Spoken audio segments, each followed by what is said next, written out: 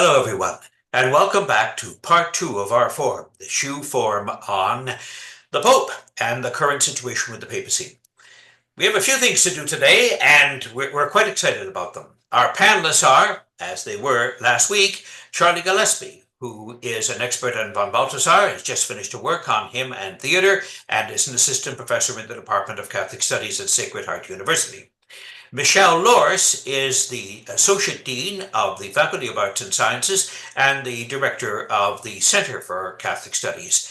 And Dan Rober is an Associate Professor in Catholic Studies, and very importantly, a highly productive scholar and writer who is currently providing many missives of inexhaustible enjoyment to Commonweal Magazine in New York.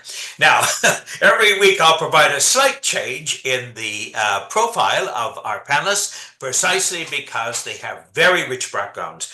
We have heard from several people that this forum is one of the best going on right now, and it's partly because of the engaged expertise. Lots of people predict, they tell us pope that they want, they think that this about the last pope and whatever, but I think that what you have here with these professors in Catholic studies is a strong commitment to the larger reality, the greater debate that is going on, and the more substantive issues. As a consequence, and with their skill for being able to communicate with people at every level, as teachers, we're in a situation where we can learn greatly. Last week, we talked about Francis and the funeral and his legacy. This week, we're going to be looking at the contenders, if you like, or the Papabile, who are those who are considered likely to be the next pope. But before we get to that first question, just to provide us with a thread or a link with the past. Oh, and I should remind you, I'm Michael Higgins, and I'm an emeritus professor at Sacred Heart, and I'm the author of the book, The Jesuit Disruptor, the personal portrait of Pope Francis. Okay, so synodality. What do you think it means? How do you understand it, Michelle? So I think, Michael, when we're thinking about synodality, we're asking a bigger question. We're asking the question of what the church needs now to allow the Holy Spirit to lead us into the third millennium, to lead the church into the third millennium. Synodality is a different way of being church. Synodality brings together the people of God to journey together, to listen to each other with an open heart, to be in relationship with each other in dialogue, to discern together the work of the Holy Spirit in the lived experience of the people of God, and to act together to enact the work of the Holy Spirit.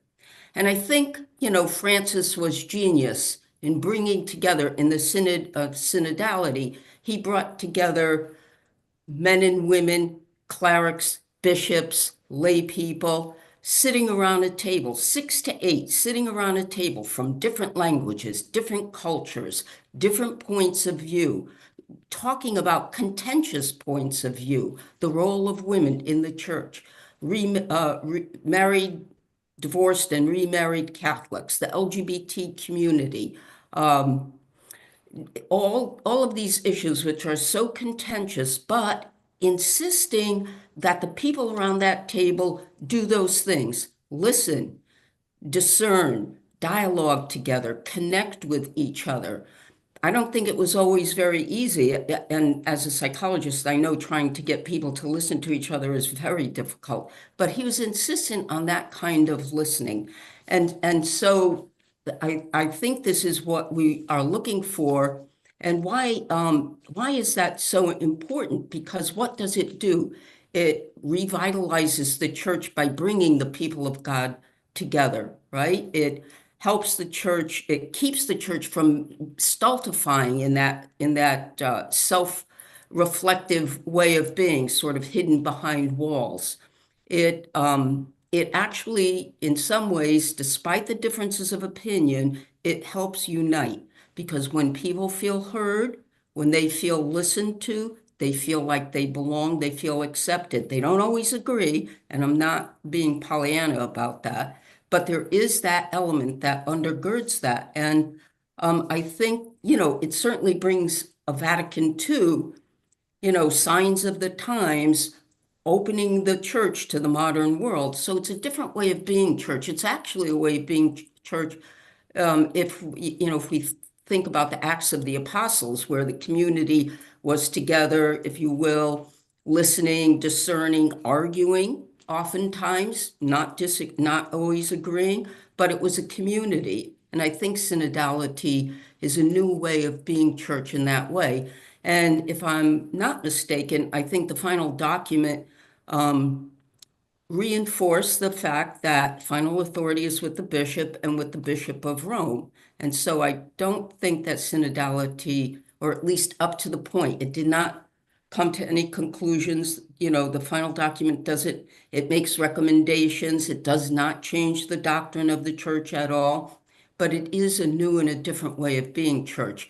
And I just want to add something very quickly, and I know it will leap into another question that we'll talk about later, and I'll bring it up again, but I think it may be useful for our audience to know that some of the cardinals who are right now about to be launched into the Sistine Chapel to vote, or not to vote, but to elect our next pope, will Oh, be no, that's to vote.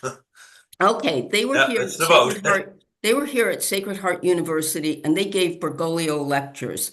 And Cardinal Supich, Cardinal Tobin, Cardinal McElroy, each one of them, there were others that came as well, but these three I want to point out especially. They all talked about the importance of synodality, about synodality being a conversation in the Holy Spirit, about synodality bringing the people of God together in the church. Cardinal McElroy talking about how synodality addresses those structures that keep the marginalized out, but that help to open up the the the tent, if you will, widen the tent to be more inclusive. And those lectures can be gotten on our Center for Catholic Studies website. Okay, I But want to just move to Dan now. Michelle, you've raised some very good points about the synodality component. Dan, in your view, there are some candidates that are closely aligned with synodality, separate from the ones that Michelle mentioned, particularly the European ones. Do you see any serious possibility of their being elected?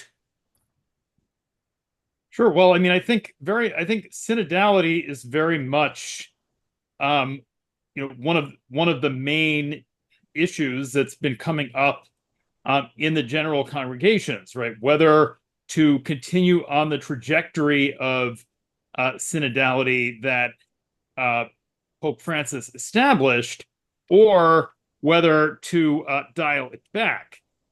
And from what I've been gleaning from various reports I've been reading, it would seem that the direction of the congregations is to want to continue that and to prioritize potential candidates who would want to keep synodal conversations going.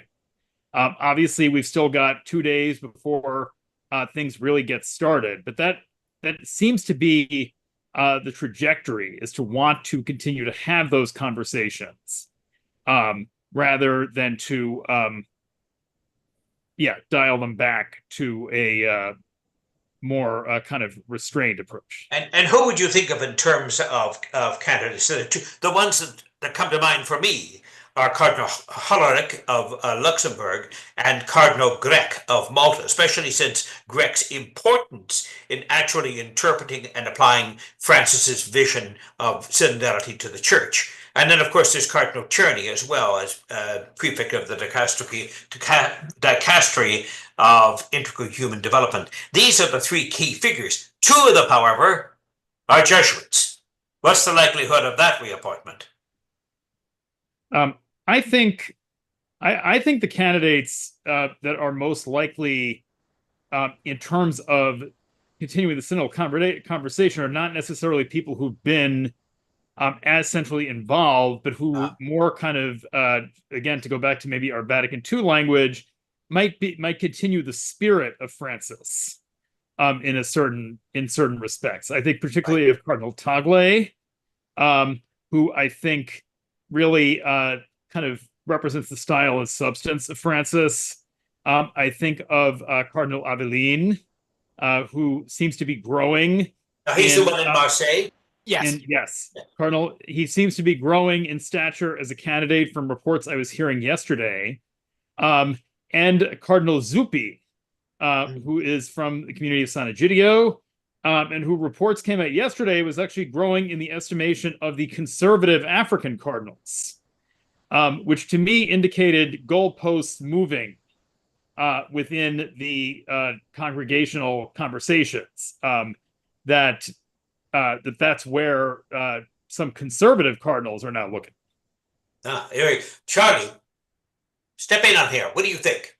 Well, I think it's important as we think about synodality as to notice that this notion of a listening church that's coming out of the Second Vatican Council, as Michelle said for us, that's a really interesting view to just think about the conclave itself. If we've really absorbed this vision of a synodal church that Pope Francis left us, we need to imagine this as less of jockeying for position for the election of a person as a political leader exclusively, but actually as the church maintaining a process of being open to the discernment of the Spirit. And that can sound like a bunch of Vaticanese or Catholic language to try to spin an event that's of truly global significance, but I actually think that's what the vision of synodality says for us, which is we all have to be listening to one another. There's something beautiful about the image of leaders from all across the global church together to talk and listen to one another about the future. And I think Dan's exactly right to say that whoever is going to carry forward that vision of a synodal church might not necessarily have been a major player at the synod. I'm going to agree with you, Michael, though, and to say that if we're thinking of a Papabile person who really is the conclave discerns that synodality is the direction to take the church, I think we're going to see Mario Grech as the one who's elected Pope. I think Grech's major interventions in the synod were very important, and also his way of explaining the synod in public as a way of even a small place like Malta being a very important expression of the church around the world. I think that's part of the vision of going the periphery. The periphery is not merely those places on the map that are at the boundaries and the edges, but they're also those places that are less significant in our imagination. And I think that's what's so important about synodality. Every voice matters, especially the voice that we don't ordinarily listen to. I think that's something we've discovered at Sacred Heart University, actually. Synodality is something we've intuited as a way of talking about the Catholic tradition. We have these seminars where students sit around and just talk and listen to one another. And that doesn't undermine hierarchy. There are still professors and instructors in the room, as Michelle said about the importance of the hierarchy in a synodal model, but it's learning as Catholics that it's not just waiting passively to be told what to think, but to actually actualize how the Spirit is working amongst the entire people of God. So I do think as folks are thinking about the conclave process, having a synodal church as the model is a way to have this not just be an arcane event, not just something we're watching as a media circus, not just a horse race of cardinals in addition to the Derby on Sunday, but something where we're seeing the church being open to God's vision for where it's going to go next. And that's just one interesting thing to consider, actually, Charlie, is how does the Spirit work through the muck and mire, the viscera, the blood, the grime, the politicking, and everything else that goes on. Because it's not an exercise in Christine piety. It is actually people coming together, calculating, working to try and find, and I think we have to trust in the best interests, that they're thinking, who is going to best serve the church that I understand as the church? So you're going to have quite conservative cardinals who seriously regret the direction they feel that Francis has taken the church. You're going to have progressive cardinals who are going to say, well, Francis didn't go far enough, but we want to continue that momentum that he established, right? And then you're going to have a significant number of cardinals who are going to say, I don't know what's going on in the church. I need to get caught up with the language. I need to know what's going on. And then we have, and Dan and I were talking about this earlier, then you have the phenomenon of external factors, right? I mean, you have the internal process, then you have the external factors. So what is going on in Sudan significantly impacts cardinals from the sub-Saharan region, right? But what about in the United States? This recent ridiculous thing with the president when he does a mock version of the Pope, and he's wearing a mitre and he's in white raiment, and all of a sudden the country seems to go wild. Now, is this a distraction, or is it an intention of somehow directing the policy in Rome? And we do know in the past that emperors had their favorites. They created problems if they didn't get who they wanted. Is the President of the United States just setting out a red flag here to see how it works, and then not a red flag, but just sending it out to see if something works, and then moving to a deeper effort to establish some kind of American presence on the Sea of Peter through the, didn't he not endorse Dolan recently? I mean, so now is this kind of external stuff going on? Do you think that impairs the synodal process or the conclave process, or is it just a further example of the rich color and activity of people outside who perhaps in a way want to be inside or want to influence what goes on inside? What do you think? Go back to you first, Michelle. What's your response? Well, I'm not sure that it, first of all, I just wanted to say that one of the cardinals I had read, and I can't remember where, but had made a comment that it was interesting that the general congregations, the meetings that they've been having all week, right? He said, I wish that they had been synodal, but they were just large lectures that were given to the cardinals. And the complaint was that some of the cardinals were not paying attention to the timeline that they were given in the speaking. But they were not doing synodal conversations this past week. That's a good point. Let's just build on it a minute. That's a very good point. I mean, the Pope established a new way of episcopal interaction. He sets up these tables with 12 people and a rapporteur and a secretary and whatnot. And he's got 25 tables. He does all this kind of thing.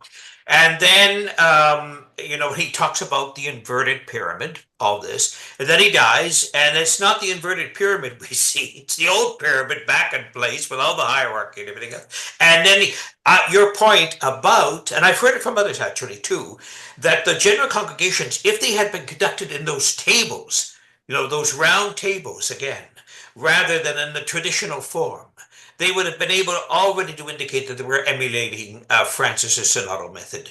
So it's going to take a while for this to get implanted, or maybe in part that was a sign of resistance. Maybe the cardinals did not, in fact, want to do that. You think that? Dan, what do you think? Oh, sorry, Michelle, we haven't finished with you. No, I'm sorry. I'll let Dan go. I think it's just falling into the old historical habit kind of thing. I don't know that they were necessarily insisting on resisting Francis's way. No. I think if Francis had been alive, he might have changed it. I think he would have. Dan? Well, as friend of Sacred Heart and fellow Sacred Heart Michael Sean Winter said in his column today, right, there are 3 cardinals from Chicago in the congregations, right? And that city became known as the Windy City because of people talking for long periods of time at each other. And so that there is some of that in the congregations. But I think with respect to Mr. Trump's AI-generated picture, I think that's the kind of thing that is generally not well received by conclaves. So in Jerry O'Connell's book about the last conclave, speaking of Cardinal Dolan, it talked about a very different padrone of Cardinal Dolan, namely the now deceased former governor of New York, Mario Cuomo, who attempted to promote Cardinal Dolan as a potential papal candidate who would revive the reforms and spirit of Vatican II. Now, one can question Mr. Cuomo's judgment at that point in his life as a longtime kind of liberal Catholic icon for thinking that Cardinal Dolan, even at that point, would fit that bill. But O'Connell makes clear that that intervention, which came during the general congregations, was very poorly received by the cardinals, who in fact were looking at Dolan as a potential candidate at that juncture. That in fact, that endorsement from somebody who was not as well known to most of those cardinals as Trump came across very badly. So I do think there is, I do think that is the kind of thing that is likely to push certain on the fence cardinals in certain directions vis-a-vis friendliness to the Trump administration, right? Notably, the kind of most potentially friendly cardinal at the beginning of this situation, Cardinal Peter Erdo from Budapest has receded significantly, is really not being treated as a serious candidate at this juncture, precisely because of his being very much an Orbanist, of being anti-migrant, right, of being somebody who's on the record in ways that are really not particularly helpful for the world situation. I've said several times also, and this doesn't get into the picture, but it gets into the bigger picture, to really look out for what I would call the USAID factor in this conclave. That Pope Francis has populated the college with cardinals from a much wider variety of countries, places like Haiti, right, that are very poor and that are very dependent on US aid funding for their people not starving. So I have to think that the politics of the United States in the last few months is going to make an impact on the kind of voice that the cardinals are going to want in the chair of Peter going on the world stage with people like Trump. I think that's a very good point. I mean, you were talking about Trump's endorsement, or Mary Cuomo's endorsement, and then Trump's later endorsement, which we can't take seriously at all, but nonetheless can be damaging. I was thinking that the history of naming your successor or endorsing your successor has a checkered history. We know that Pope John the 23rd, Roncalli, did approve and let it be known that he wanted Montini to succeed him. And although Montini had serious competition from some of the council fathers, because they were all still part of the council, Montini was the choice among many of them.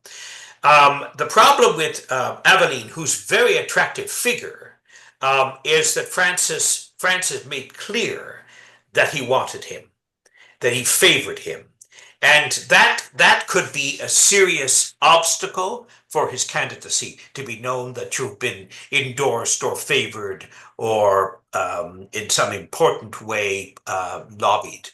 I don't know how true that is, how true that rumor is, but it surfaced on more than one occasion that he was a favorite of Francis's. You will remember he went to Marseille rather than Notre Dame.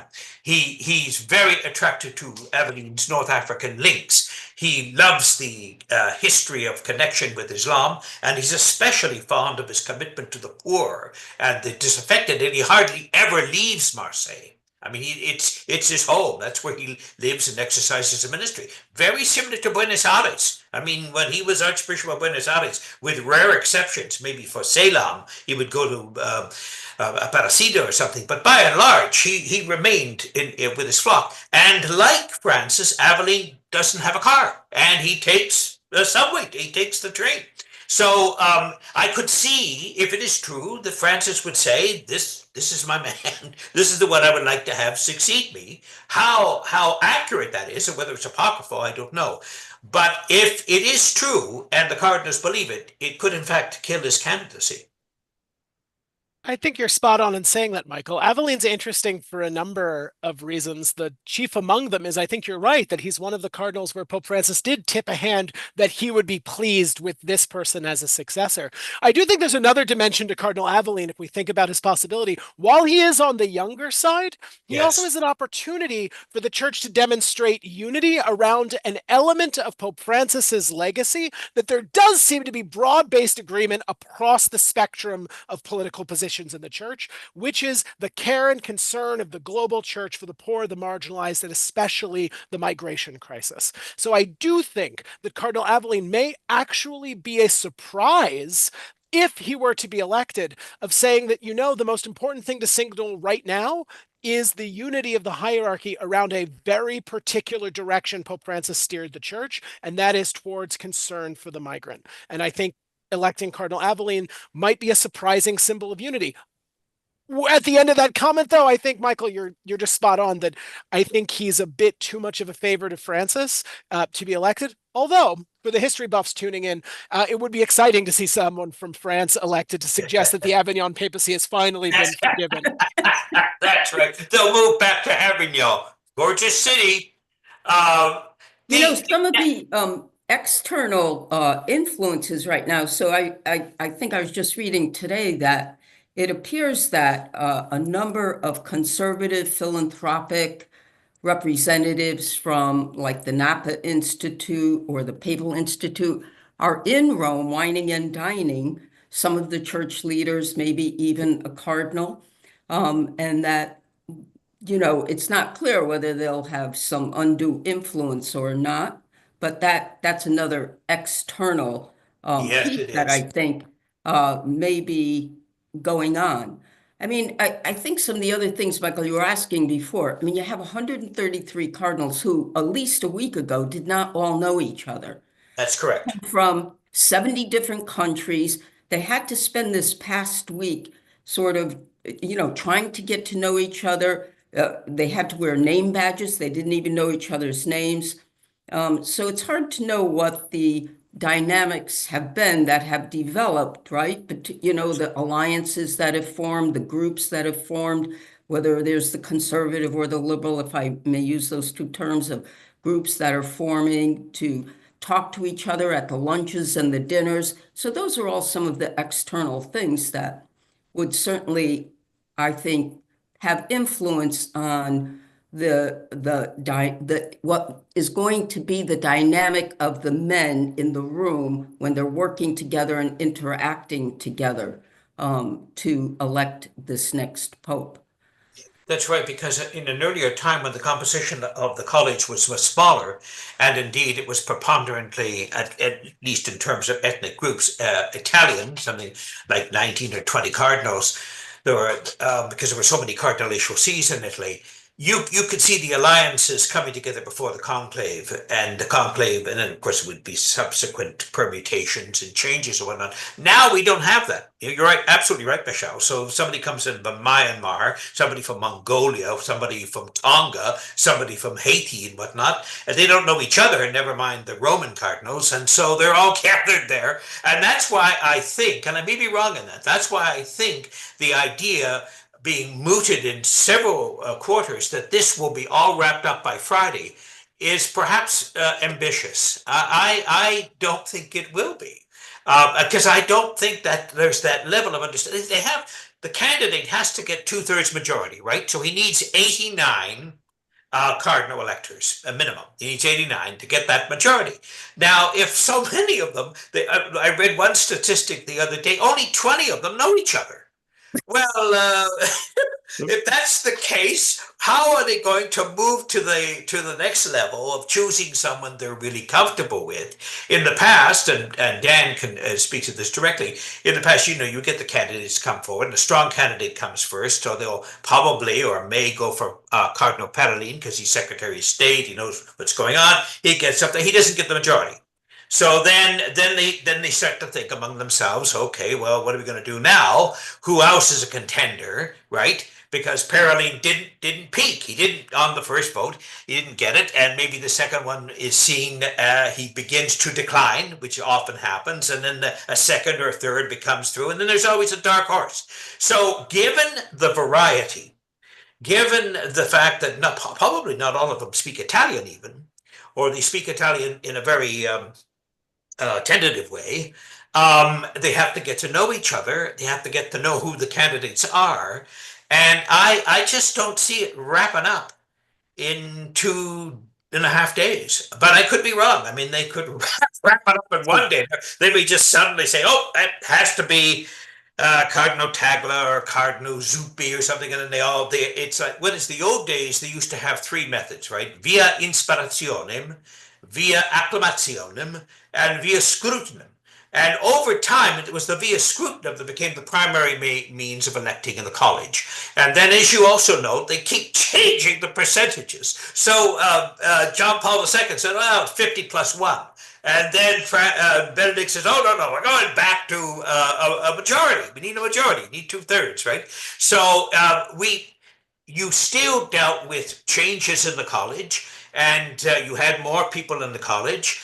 But now we have several people in the college, and from so many areas of the world, which hitherto never had cardinalitial representation. Never. And now they have it. And now they have to figure out what to do. So it'll be very, very interesting. But I want to get to practical here. in the sense of who do you see? I'm going to ask each one of you. I know it's, kind of categorical, but I know you'll have your reasons for it. Who are the top three in your estimation of Papabile and why you think so? I don't want you to give me the three you would want to be Pope. Okay, we all have that. But the three that you think might be Pope. Okay, and then we can have conversation about that. Because just to focus it now on the personalities. We can start with you, Dan. Sure. So I'll kind of tie this in to what you were just saying. I think there is a version of this, and there was a release that came out from the Vatican today about the general congregations, which said the profile of the future pope was discussed in the congregations, a figure who must be present, close, capable of being a bridge and a guide, of favoring access to communion for a disoriented humanity marked by the crisis of the world order. So I think there's a version of this conclave in which the cardinals from around the world, from the peripheries, look at it and say, who have we heard of here? Who's the most visible? Who has books and biographies and things already present?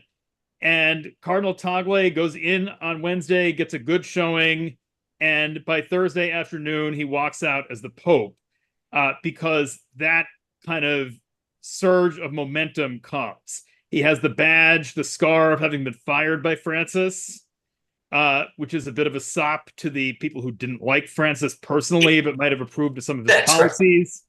Right. I think there's a version of this conclave that goes that way relatively quickly towards somebody who is well known. This has happened before. This is how Ratzinger got elected in 2005. Now, he had a platform in a certain respect, but Cardinal Tagle is a cardinal who's had a platform. I think there's a version where they want somebody like that, but for whatever reason, he doesn't get that way. I think that's where you get a Zuppi or an Aveline. Right? Again, we're seeing that Zuppi is becoming palatable to certain conservatives. There was a period last week where it seemed like Cardinal Parolin was becoming the conservative candidate. He has drawn an intense amount of fire, including from cardinals and on-the-record interviews, saying, I don't think he has what it takes to be Pope. That gives me a sense that his candidacy may be fading.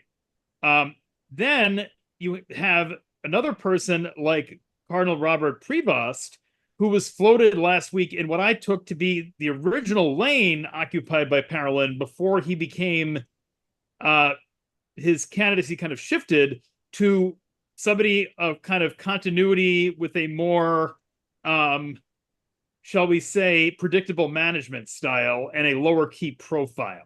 Now, he's the former head of the Augustinians, right? Yes, right. He is a religious also, which would be a little surprising to me personally to have a second religious pope in a row, given the anti-clericalism of the last pope coming from a religious order. But again, once you get into compromised candidates, some kind of standards get thrown out the window in favor of finding a person. Now, there would be a couple there in terms of communication and being a religious. He's a low-key guy, and they've tended to want somebody with a charismatic media profile recently. How did they pronounce his name? Prevost or Prevost or what? I think it's Prevost. Charlie might know better with his Augustinian connections. Prevost, yeah. Prevost, okay, so it's not French, it's anglicized. No, he's one of the Chicago ones. Okay, he's one of the Chicago ones. Okay. All right, so do we have three from you then? I mean, you were giving us the three options, I kind of gave you four. No. But it was 5 or 6. Okay. Again, I would view Tagle as kind of the safe money right now if I were getting into the... And again, I also think as like the successor to Francis with enough distance from Francis geographically and job-wise in terms of being fired by him and everything. Yeah. And also somebody who has a natural appeal to the cardinals from the peripheries, I think, is coming from the Philippines, right? Is coming from where the church is growing as a pope from a new part of the world that has not had a pope since, as a friend of mine was joking, perhaps since St. Peter. right? Yeah. Asia. Yeah. So, and again, then I would think if I had to go, I'd probably say Zuppi over Aveline for the reasons you described, and for the kind of what I see as the compromise potentially emerging around him. And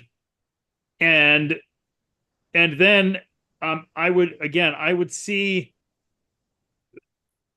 Prevost as potentially a safer institutionalist kind of pick right now than Parolin, who I think is, I would be surprised given everything that's gone on. Yeah, they're never going to forgive him for China. Well, that's the reactionaries, but he's drawn also fire from the other direction. Yeah. From the Zuppi? left. Zuppi? Yeah. Yeah. There was Dan, were you talking about Zuppi? No, I didn't understand what Dan's last. Were you saying Zuppi was getting fire from the left? No. He was getting fire from.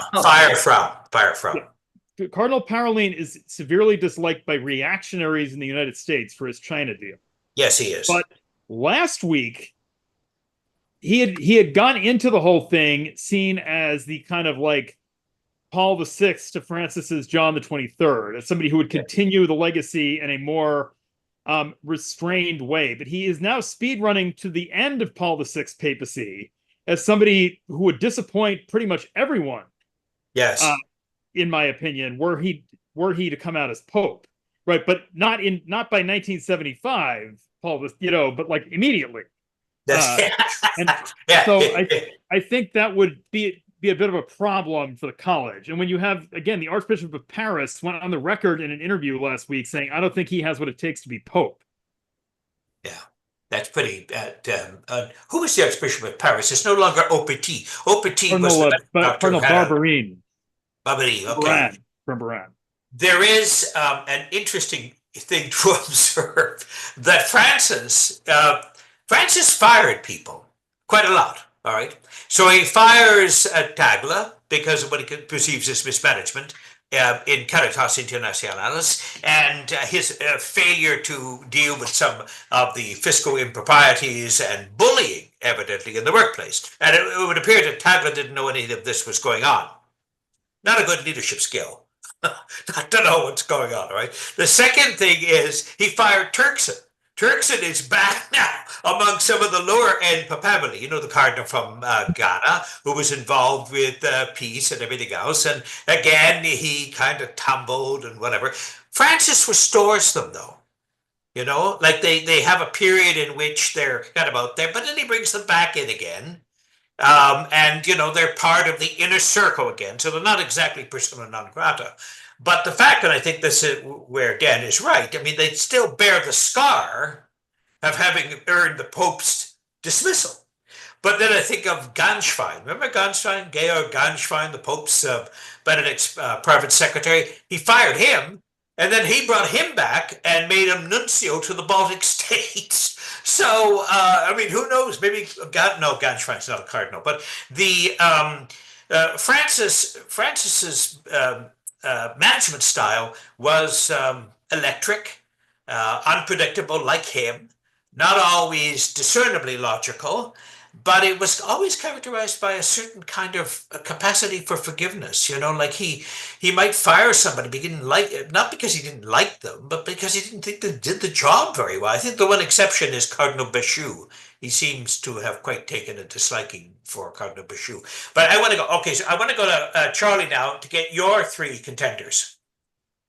So I think Dan put a number of important folks on the table for us. So the one name I'll add that Dan didn't say is Cardinal Pizzaballa from the Holy Land. I do think yes. Right. I do think that not on one of the early votes, but in that version of this where it stretches for a bit of time, I think Cardinal Pizzaballa is a real option for the Pope sending a signal, the election sending a signal about the kind of statement about peace that the Vatican once at the center of the church's governance. I also think Cardinal Tagle, though young, is emerging as a front runner. And I do think that Cardinal Zuppi is getting a lot of attention. And I think that all of these possibilities signal a kind of presence in the papacy that folks are looking for. We talked about Cardinal Aveline already. I'll just add his name once again, because I do think that Cardinal Aveline is a surprisingly big front runner right now for a quick conclave. Different names emerge if we think about this conclave lasting for a long time.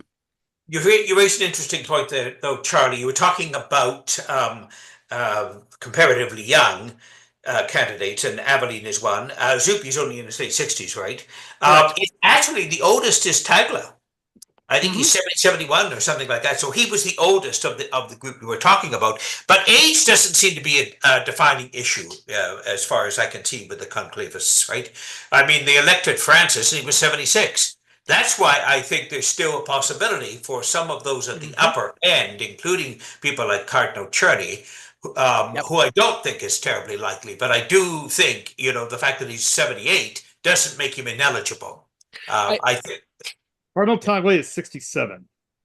Oh, he's 67. Okay, but he's still in his 60s. Aveline is about 61 or 62, isn't he? He's quite lower down on the. He's a newer He's a little older, isn't he? Yeah, How old is he? so.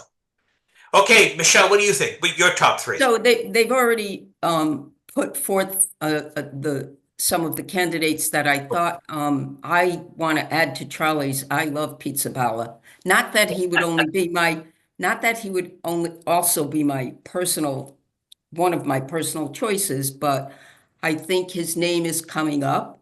I want to say one thing though. Every time you open the New York Times, National Catholic Reporter, etc. Here are the 12 candidates. Here are the next best 12 candidates. Here are and the names recycle because the media does not know. We do not know. We have to admit that. We do not know. It is really an open field right now. And whether or That's not, what makes it exciting. Yes, no, yes. Agreed. I'm just saying that it's that we don't know, and so we're trying very hard. But Zuppi's name is he's a street priest. He was a street priest, kind of like Bergoglio, and Pizzaballa, who I think is he's Franciscan, not that the religious order necessarily, but he has perhaps that spirit. And he wanted to trade himself for the hostages during the Gaza crisis. And he was the custos of the Holy Land. He was the Franciscan custos. Yes. So I think that two men like that, and even Taglia, even though I think I know that we're saying that he might be one of the front runners, but things that I've looked at and read he goes up and down, in and out. But that may be just a media thing too, so I'm not sure. But what these cardinals represent, I think, is a continuity. It's a referendum on Francis to a certain extent, but it represents a desire to continue synodality, going out to the margins, caring for the poor, the disenfranchised, the marginalized, those who are suffering, not to be indifferent to the suffering. And so I would agree with all of that. I would have hoped that Greg from that we were talking about before, who is the Secretary of the Synodality of the Bishops, Cardinal Grech. Grech. I would have put him forth too as a candidate who represents that kind of desire, perhaps on the part of many of the cardinals to move the church in that direction. I was very impressed when I was in Rome for Paulus Press writing the diary by attending some of the press conferences with Cardinals Grech and Hollerich together. They were very impressive men. They were like pillars of Hercules. They knew exactly what they were doing. They were deeply pastoral. They were embedded in Francis's thinking, and they took it to new and more polished levels. I mean, they weren't just servants of Francis's thinking in this matter. They were shapers and architects of it. They were comfortable in several languages. They spoke to the press quite openly. They were enthusiastic about synodality because, quite frankly, and you saw this particularly with the many of the bishops from Northern Europe, if we do not move on synodality, we will lose the church. So it's not a matter of, well, this is one version that we can do, and this applies here. The synodality concept applies to the church universal. And their effort to marshal that by working with and appointing people to subcommittees and whatnot was a marvelous example not only of management skill, but of a very, very serious theological erudition. Either one of those two would be my favorite. I don't think either one will get it, frankly. I think they'll look for somebody more pastoral, although they're both pastoral men in their way, but they'll look for somebody different, maybe not so directly connected with the architecture of synodality, but more with the practicality of synodality. Maybe that will be the case. But it does raise some interesting questions. Like one of the names that keeps surfacing now is Cardinal Arobelius of Stockholm. Now, where did that come from? I don't know, the last Catholic of Stockholm was what, Bridget or Catherine? I mean, it's been a long time since Stockholm has been a major generating ground of Catholicism. So the Cardinal Archbishop of Stockholm is now appearing on various, and not just Swedish lists, but various other lists. What do you think would happen? And here's what I want to ask you. If they chose a pope from Argentine, Catholic country, chose a pope from Bavaria, a third to 40% of the country, chose a pope from Poland, well, more Catholic than Jesus. So you had various, fairly firm Catholic entities. What if you're from Stockholm, or you're from Rabat, Morocco, right? Or you're from Baghdad, the Cardinal Chaldean Patriarch there is now moving on to the list, I see in various sectors. What's going to happen in a case like that if you're a pope, not from a faraway country from Europe, but from a different civilization? Huh? What happens then? Is that possible? Is that even desirable? Are we at that point yet? That really heightens the missionary component. And if we get a pope from, say, Mongolia, or a pope from Tonga, or a pope from Haiti, there's only one issue: poverty. I know Dan wants to come in on this, so I'm just going to make a brief comment in response to you, Michael. Is I think a number of the names you've raised, especially the Cardinal Archbishop of Stockholm, is to center ecumenical and interfaith dialogue from Pope Francis's legacy as the direction the church is going. And I do think that that's something worthy to imagine should the conclave stretch for a while. And this does become the Pope as being a spiritual leader of the world, guiding the church into what a globalized and less globalizing world looks like. What does it mean to see the Catholic Church as a leader for how we're going to get along, even if our economic interrelations are starting to be complicated, but our digital conversations certainly will not. We are not going to balkanize and separate in terms of how we dialogue with one another as human beings. And there could be a powerful statement from the College of Cardinals that what the Catholic Church is going to do is be the spiritual leader of an interconnected world. And so you bring forth a leader from a place that does not have historical memory of Catholic culture, but is instead what it means to be the church in a modern world, so connected, interreligious, and ecumenically minded. You sound like Thomas Halleck. I've been reading a lot of Thomas Halleck. I was just thinking of that. We just read that book, Afternoon of Christianity. Of Christianity, exactly. I think there's an enormous amount to be said about that too, because rather than turning our face against the secular world, Francis has actually embraced that face, and he's tried to break down partisanship, denominationalism, and everything else. And there were a couple of people, including a professor who had been on the board of the Tablet, and who is the human rights professor of law at the London School of Economics. And he made the point very clear when he said that the genius of Francis is to become a justice pope, a universal pastor, where the religious delineations fade away. And I think that goes a long way to talk about how the way people responded to Francis at the funeral and other outpourings of grief. They didn't care that he was the Bishop of Rome. They're not even sure what successor of Peter means.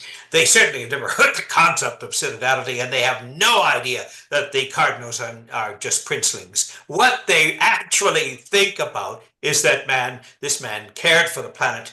He cared for them. He stood by them in Lampedusa.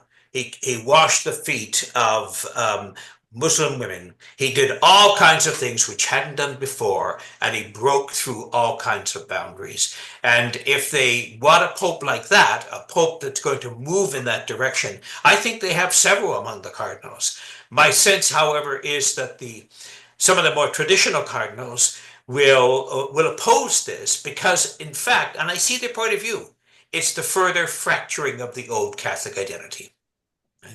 And They'll what do you? just be afraid to move that radically. That's right. I mean, even if they're not conservative, let's say they're a little bit more central, even central left. They're just, I don't know if they're have the desire at this point in time to take the risk. And, thinking about maintaining, I don't like to use this phrase unity because it gets misunderstood by the way it's presented from a more conservative element, but they don't want to splinter the church, and so maybe a risk like that would be too much. I'd be interested to know if some of you have been looking at Cardinal Ambo David. He is from the Philippines, and somebody sent me a link where he was being interviewed, and he said the most compelling things about Francis's legacy, about where the church needs to go next. And he's young, but he's a dark horse from way behind. I mean, I'm sure that a lot of people don't even know who I'm talking about. I was not attentive to him until someone just sent me a link about him. But he is a most interesting, and his comments were most compelling. I don't know, Michael, if you know of him. Yes, I do know a little bit about him. If I had a choice between two Filipino cardinals, I don't think Dan would agree with me on this. I would choose David over Tagla, partly because he seems to be very creative and he's a man of uncommon courage. I mean, he protected people who were being hunted by Duterte. He was threatened himself on more than one occasion. So he's actually lived the fire in the context, the poverty, the violence of the Philippines in real terms. Almost like, in a way, to some degree at least, Francis when he was dealing with the colonels. But perhaps more successfully than when Francis was dealing with the cardinals. So I like him. I like but we don't have a lot of information on him. You see, I think we still need more data for people like ourselves, the Vaticanisti. We're the amateur Vaticanisti on the outside. We have an idea how these things operate, but we're not on the inside. And even the professional Vaticanisti, I got to tell you, are not on the inside. I mean, really, when it comes down to it, it is a guessing game. It's trying to put together personalities, issues, reading signs, gestures. Oh, this person gave an excellent talk at the congregation. His chances are going up. That's all true, and it worked for Bergoglio. But I'm always never surprised by a dark horse coming up. And I think there's a real possibility for that. Pierbattista Pizzaballa, I like too. He's no, he's not the head. Cardinal Filoni is the head, but he's done some marvelous things in Jerusalem. He's fluent in Hebrew. He's built bridges. But some of the cardinals that the Pope has used very specifically for diplomatic purposes, sending Czerny here, sending Zuppi there, sending Pizzaballa there and whatnot, building up that diplomatic experience. That's the other side of Francis's legacy. But in the end, it's always going to come down to style and synodality. All three of those cardinals, I think, are synodal bishops. So we have no absolute guarantee who it's going to be. I have to tell you this though. Every pope that I've been involved with, covering in the media and writing about, everyone that's come up, I've guessed wrong. I have an absolutely perfect track record of getting it wrong. And Well, why I don't you tell us who your But- thoughts are? Tell us what your thoughts are, and then we'll be Oh, able to eliminate all of them. terrified. If I do it, say it out loud, I might break my record. And the person I was hoping, but I was sitting with the anchor for the CTV network, who's the one I work with, who's a major Canadian network, and right beside him. And of course, the proto-deacon comes out, and the proto-deacon announces Habemus Papam. And you've all seen this from the Apostolic Loggia. He says a word, big, screen. So it takes, he only has about 12 words in Latin, but it takes him so long to get through because the crowd is so excited, right? The only time you know, and this is something for us to keep in mind for our next session, the only time you know is when you hear the first name. So listen for the first name.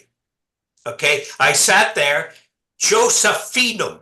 I thought, oh my God, I nearly had a heart attack. It was Ratzinger because he was the only one Joseph, right? So you can get an early thing before the secular press does, because they don't often know that, but they don't read Latin anyway. So they're sitting there trying to figure out who it is. You get the key to the translation by knowing that first name. So pay attention if this happens before we meet the next time, which I suspect it will, because our next meeting is to discuss the new pope. Listen to that first name, and that'll be the key. Now, if there's several people with the first name, we're screwed. But if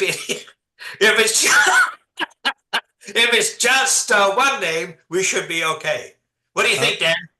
Yeah, so I wanted to step back for a second.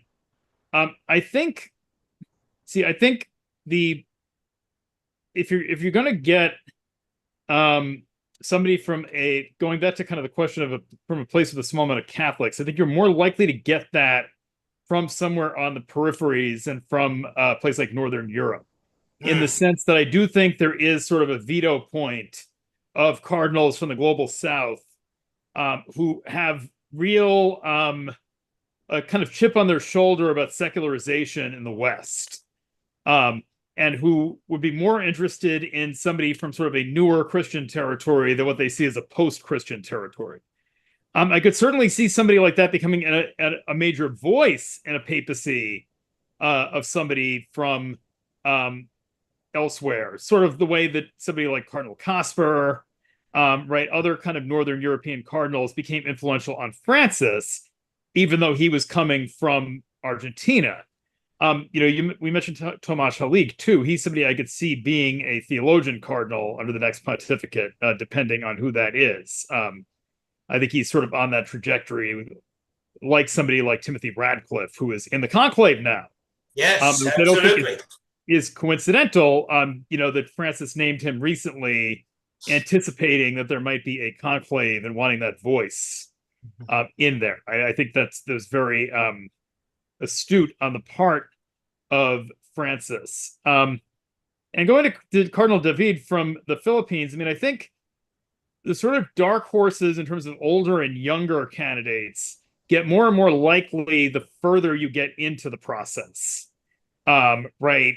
That, earlier in the process, you're more likely to get kind of like obvious names or types, the sort of age range you'd expect, the kinds of people you'd expect. The further you get into it, the more likely you get into people who are fitting a kind of set of characteristics they want, where they're willing to throw out, as I said earlier, some standards, like let's have somebody a little older, or let's have somebody a little younger, right? Another name that it would be a dark horse in this vein would be somebody like the nuncio to the US, Christophe Pierre, who's 79, where it's like, okay, here's somebody who kind of fits a lot of bills, who's also older, so we'll come back and do this again in 5 or 10 years and see what's happened in the interim.